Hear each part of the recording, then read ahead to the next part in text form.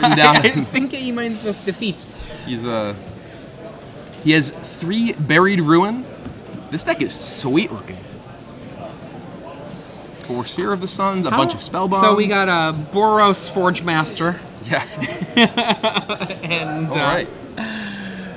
Anthony Molinari on the right. For those of you who are just joining us, this is the Star City Games Live Open Series here in St. Louis. I'm Adrian Sullivan here with Brian Kibler. It's round 3, standard. We see an Avacyn's Pilgrim opening up for Pat Cox. Pat Cox, often well known for his play of aggressive decks. He is a universal advocate of Zoo. He actually had some pretty funny posts on Twitter over the past few days. He's Wildest Nakadal on Twitter. If you want to see his visual representation of how to build your modern Zoo deck into a legacy Zoo deck, you should check it out. It's pretty entertaining. So Anthony follows up with a Sphere of the Suns. Both players accelerating their mana. Pat Cox swinging for 1 with his Pilgrim. And a Mox Opal comes down for Anthony. So if he plays another artifact next turn, he's going to have access to a lot of mana. Pat with the triple non-basic lands to go with his Pilgrim. And that Pilgrim's still just attacking, so probably nothing. I don't know what's going on Pat's side of the board, but it is not much. I mean, he could be having a Geist Honored Monk in his hand. Yeah, his hand could be Monk, just a bunch of Planeswalkers. Could be like Monk Elspeth, something like that. I'm sort of surprised that he would have kept a hand that can't cast anything from this position, but Anthony plays a Tumble Magnet.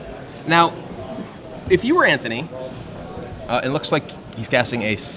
Oh, no, 2 mana. Okay. So I'm Anthony. You're Anthony, let's say. Would you use your Tumble Magnet to tap that Pilgrim during Pat Cox's upkeep? Yes, absolutely.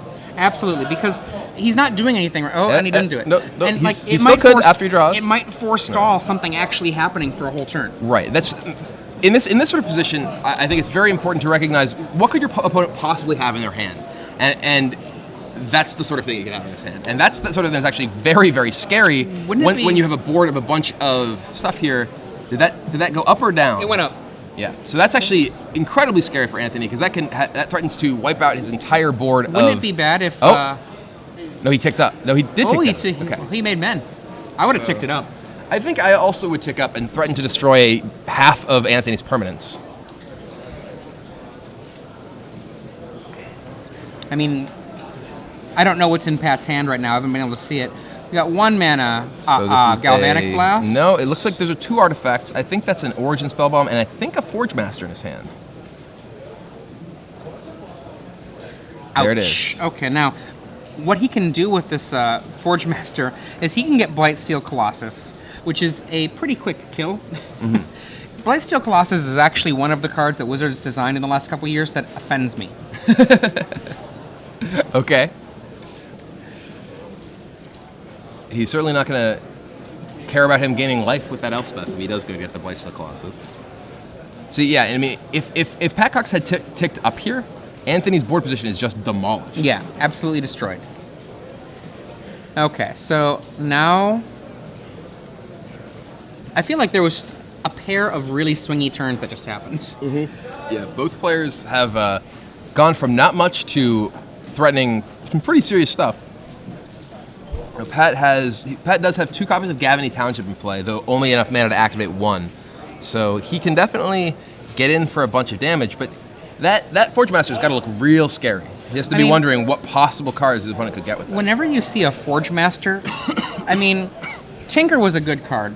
Being able to Tinker, even at the cost of 3 cards, is still ridiculous. Yeah, Tinker, shockingly still good. Though, bad Tinker is still good. From this position, I don't know what Anthony's deck actually gets that's super scary for Pat. Oh, so okay. Now in combat, he taps the guy. Now Pat does have 3 Oblivion Rings. Yes. So 3 Oblivion Rings. That's what he's looking for right here. And Pat ticks down and makes 3 more tokens, and I think he might have another Elspeth. There it is, and I think he's going to tick up this time. Oh no! Jeez. Oh. Let's end this game quickly. I definitely would have ticked up that time. Now, it looks like the Forge Master did not block. No, I think it did. No, there's still 3 tap tokens. It did not. I like blocking there. I also like it's like a 3/5. So, I mean, even a giant growth won't do it, and I would put Pat Cox on not playing Titanic growth. Yeah, especially since I don't think it is legal. Is Yeah, it? and Dismember is already going to kill it, so, you know, like, there's just no uniqueness there for that. So, yeah. Now, Anthony, facing down 9 tokens, and a Pilgrim. And Township. Oh, and a Township. So that's potentially lethal just next turn. He does have 2 Slag Storms in his deck. He also has Mindslaver. Oh, he says go. He can tutor up. Let's tutor see, up a Mere Battlesphere. And block. So, I mean, just think about how different this game would have been if he'd used that Tumble Move to delay a turn. He would have utterly devastated Pat.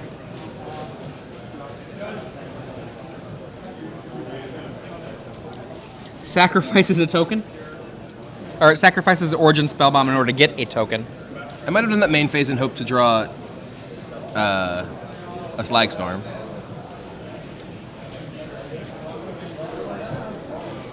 Looks like his hand. Looks like that is a Slag Storm in his hand. Did he just draw that? I think he just drew it. Wow, that may have gone better if he done it during his own turn. So he can block, go get Blightsteel. Well, he's declaring his blocks now, so I think he's dead. Is he dead? Yeah, I think he's just dead. I think he did not really consider what was happening here. Yeah, I don't think he was thinking about what happened. 1, 2, 3, 4, 5, 6, 7. Is there any life gain that he can do? He could. No, there's only 7. It's only 7 getting through, right? 1, 2, 3, 4, 5, 6, 7. The Pilgrim down there. I know, that's the 7. Oh, okay. And that's only 14 damage. 3. And so it'd be Townships. Tapped. Okay, got it. The tapped. That's so what he may actually win this game, because if Pat Townships. Well, no, because if Pat Townships, he just goes and fetches. He takes 14. Fetches Blightsteel, Slag Storms, kills him. Yes. I think that's actually how this is gonna play out. And Pat says you're at 1. Oh, he's mutagenic growthing! The mutagenic growth! There. Oh. That's lethal. Oh. And Anthony sitting there with the Slag Storm he drew from the Spellbomb. That's gotta hurt.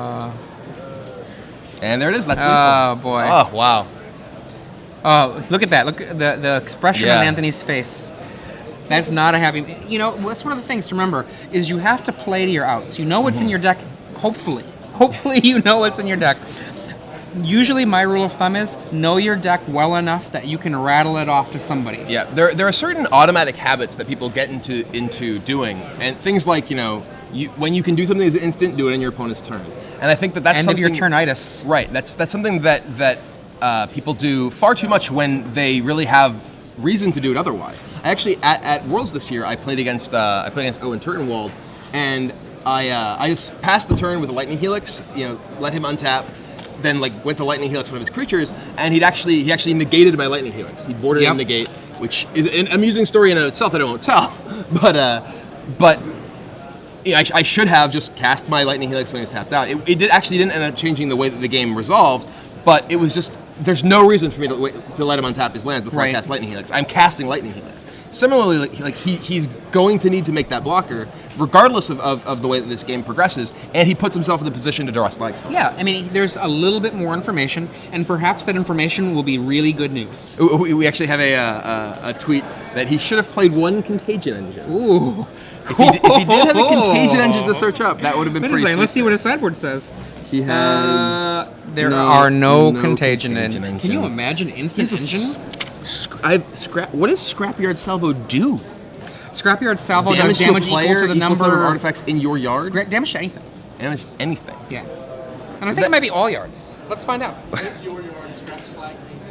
Yeah, I believe that it's Slag Fiend that counts all yards, and Salvo only counts your yard. We will find out momentarily via the powers of the internet. For the... Well, one of the things that's really exciting about his sideboard, he has Platinum Emporium. Okay. So imagine if he had that in that moment that too. Been, yeah, it's like I will Mutagenic Growth. That seems like a card you'd have in your main deck. I like that. I mean, I like a Platinum Angel style effect. In the main. And just to make sure, red 1, sorcery, Scrapyard Salvo deals damage to target player, so it's not anything, equal to the number of artifact cards in your graveyard. So, I guess sometimes you want to be a burn deck and sack all your artifacts? I think it might be, that's the idea of what's going on there. Man, that would have been so sweet if he just killed him with a Blightsteel Colossus. On the other side of the table, so Pat has seen a ton of artifacts. Yeah. And he has 2 naturalizes in his board. I'm guessing So those are coming in. Those are coming in. He's seen, I think, enough to bring in Thrun. I would likely bring in Thrun here. Thrun is good against tappy taps. It's generally good against red decks in general. Yeah. Generally good against red decks in general. That was very repetitive. Yeah. And when you're playing against a red general, it is still good. Okay. Yeah, I don't know what that means. Just trying to get more generals in there. So how would you sideboard if you were Pat Cox? What cards do you think you're taking out here? Well, first of all, I would probably consider Sword of War and Peace. Even though he's got a lot of artifact stuff, he might have red removal that I would want to protect something from.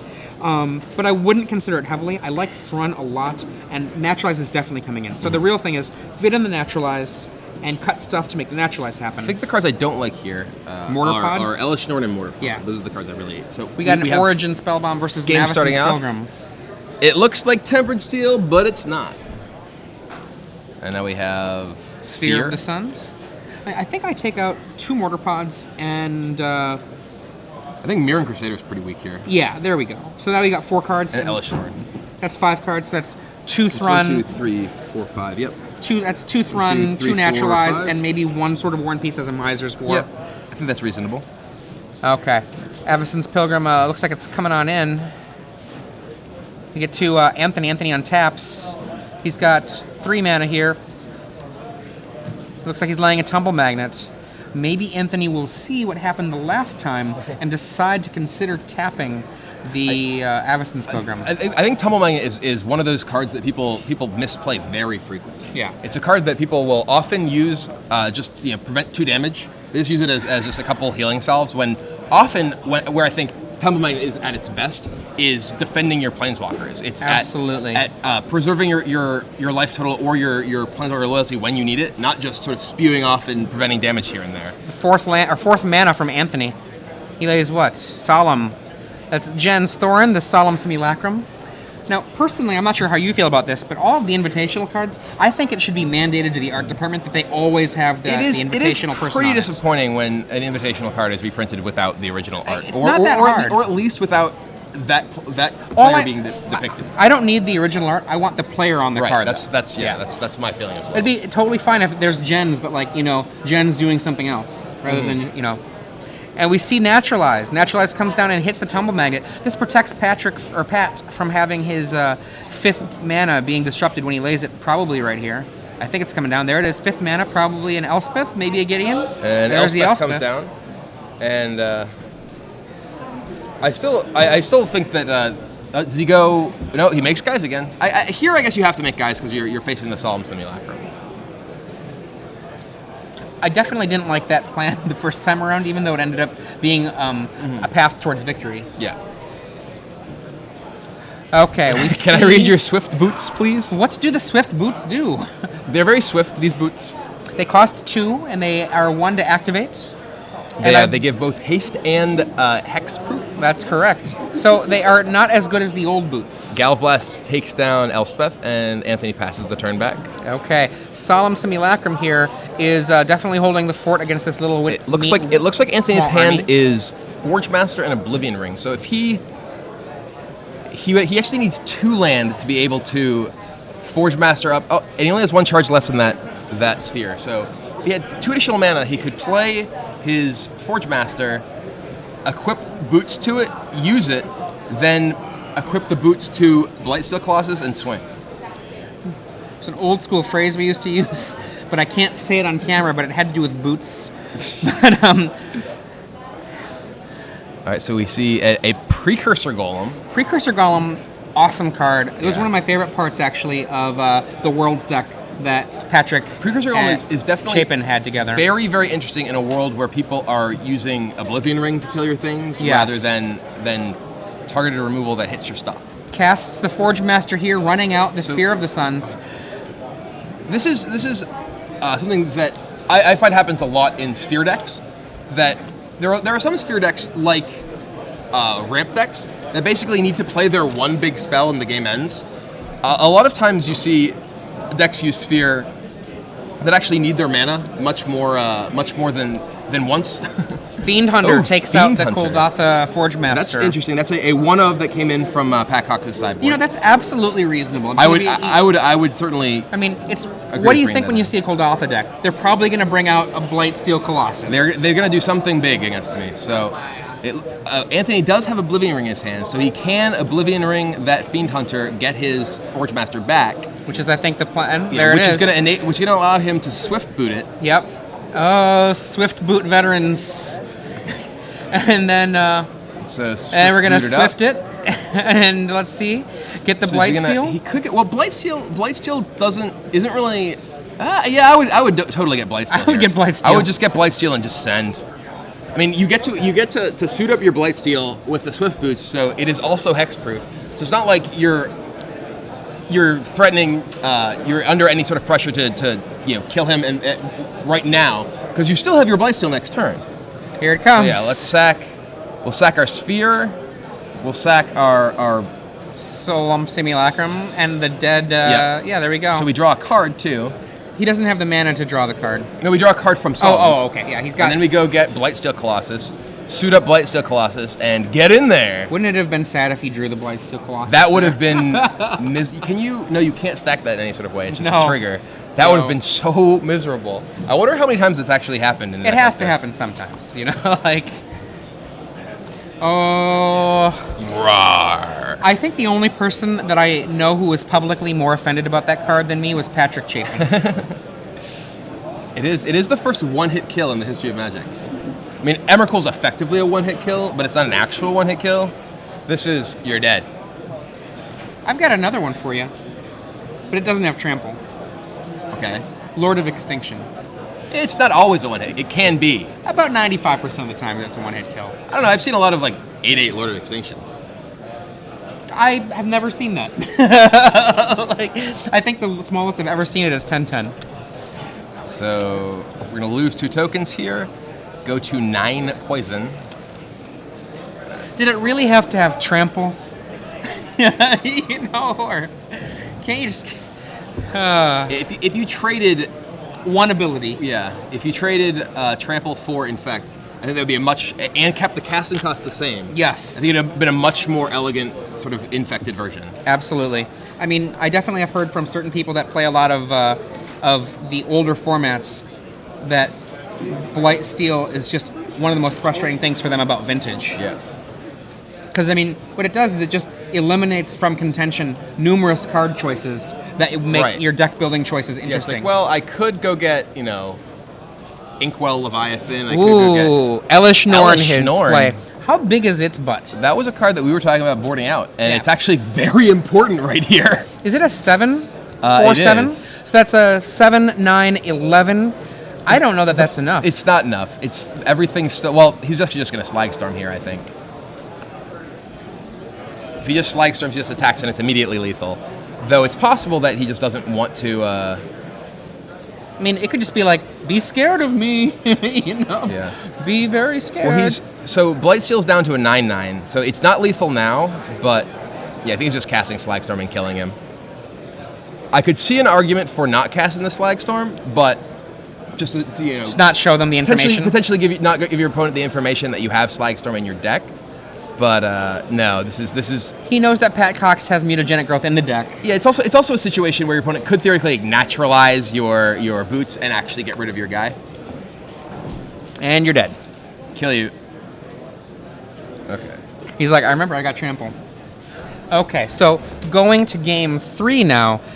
Pat Cox had to suspect that there was going to be some Blightsteel action that could happen, but one of the things that he's done here is he's clearly got the cards we were talking about before, naturalized, but his surprise he brought in was the Fiend Hunter, which is, if the Swift, the boots are not on, the Blightsteel Colossus, that Fiend Hunter is a great answer to it.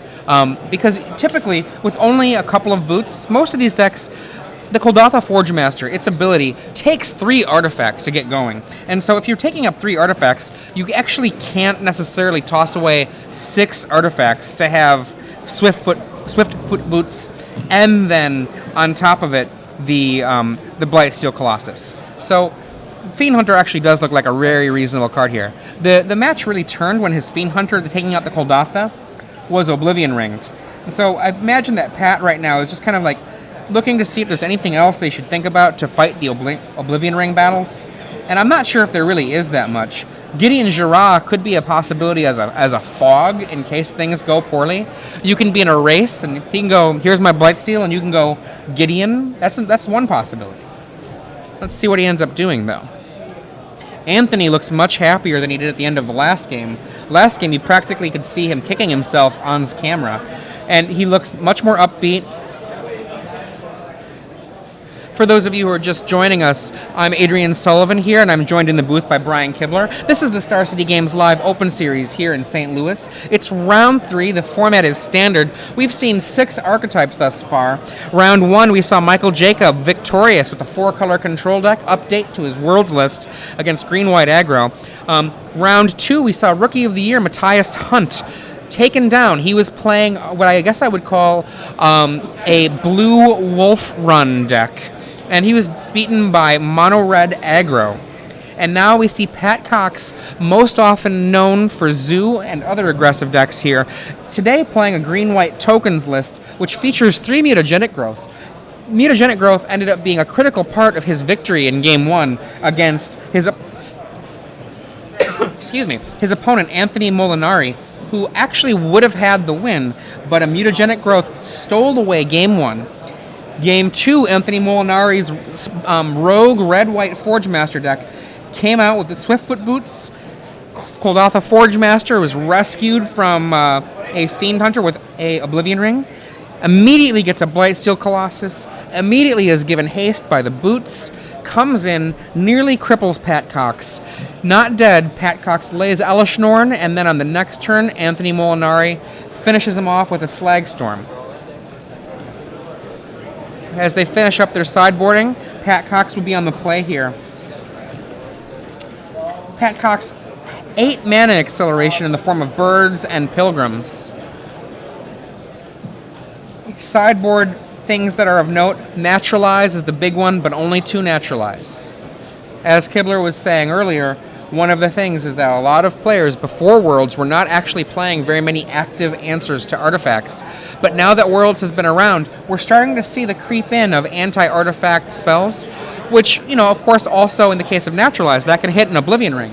But perhaps after this event, we're going to see more anti-artifact spells. We'll have to see.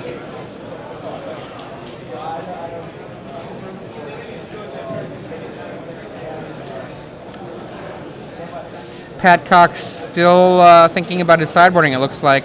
Glancing through to make sure that he has everything just right. Some small last-minute change here. So he just changed something in his sideboard. What do you think Pat Cox might have done to change his sideboarding, Brian? I don't know. I mean, I could imagine him taking out that Elishnorn. I think that Elishnorn, we saw it come into play last game, but it didn't end up having an impact on the game. It's just an expensive card to be trying to play against a deck that's also doing big things, and I don't imagine that's the sort of card that I would personally want in my deck at least. I mean, let's pretend he has that in his opening hand. He did not do anything on turn 3 when he had 4 mana. Right. If that had been, let's say, a Thrun, maybe he could have gotten in a fair amount of damage. Yeah, I think it's important for Pat to be able to establish an impressive board presence before Anthony can really get his Forge Master shenanigans going.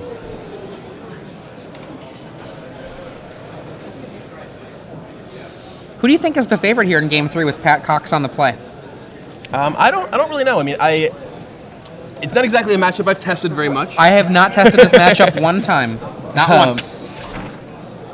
From what we've seen from the previous games, Anthony's deck looks like it's pretty well set up to deal with what Pat's doing. I feel like Anthony could have won Game 1, and he did win Game 2. And I think that he's able to really go over the top of a lot of what Pat's sort of big effects are, and he has the sort of removal and action to deal with what Pat's trying to bring at him. A note from Sam Black. Sam Black says that the salvo from the sideboard is probably an answer to Planeswalkers, because salvo will kill Planeswalkers. I can see that. Oblivion Ring kills Planeswalkers, kind of, sort of. We have a turn 1 Bird of Paradise from Pat Cox, followed by a Mountain on Anthony's side. Turn 2 Mirren Crusader. He keeps playing the cards we say we think he might sideboard out. Yes. And we see the boots. Boots to you, Ra. These boots are made for walking. This is telegraphing a Hero of Bladehold. That's a card that Anthony's deck is not particularly well set up to deal with. Boom. Okay. Right now, what he really, really wants is to be able to draw a Tumble Magnet, He just drew a Sphere of the Suns, which is a card that he little? would have much rather played last turn. Oh, boy. Look what's happening here. Does he have no third land, too? Oh, boy. And brothers and sisters, I think that's it. No, that was a... I thought was a red mana symbol was actually a Mirren symbol on one of his cards that was flashing back there. Is there a township, or is it just... No, he doesn't need the township, but I mean, it's a lot of damage. Yeah. Township, I think, would have been death. Hero of Bladehold is a hard card to beat when it attacks. Yeah. Now, Hero Mirren Crusader is just so much damage. Yeah, I think it's a million. That's what my math. I did the math, and I think that you're about right. Is it dead? All right. Hey, no, he's not. Yeah, he is dead. He goes to untap, but just to scoop them up in an orderly fashion. Look at that smile from Pat. He's like, yep. Oh, shaking his head. Anthony Molinari. Killed him turn 4. Yep. Wow. He's like, he gave this look right after he shook his head. It was like, oof, that was a quick one. Oh well, I didn't expect mutagenic growth, says Anthony.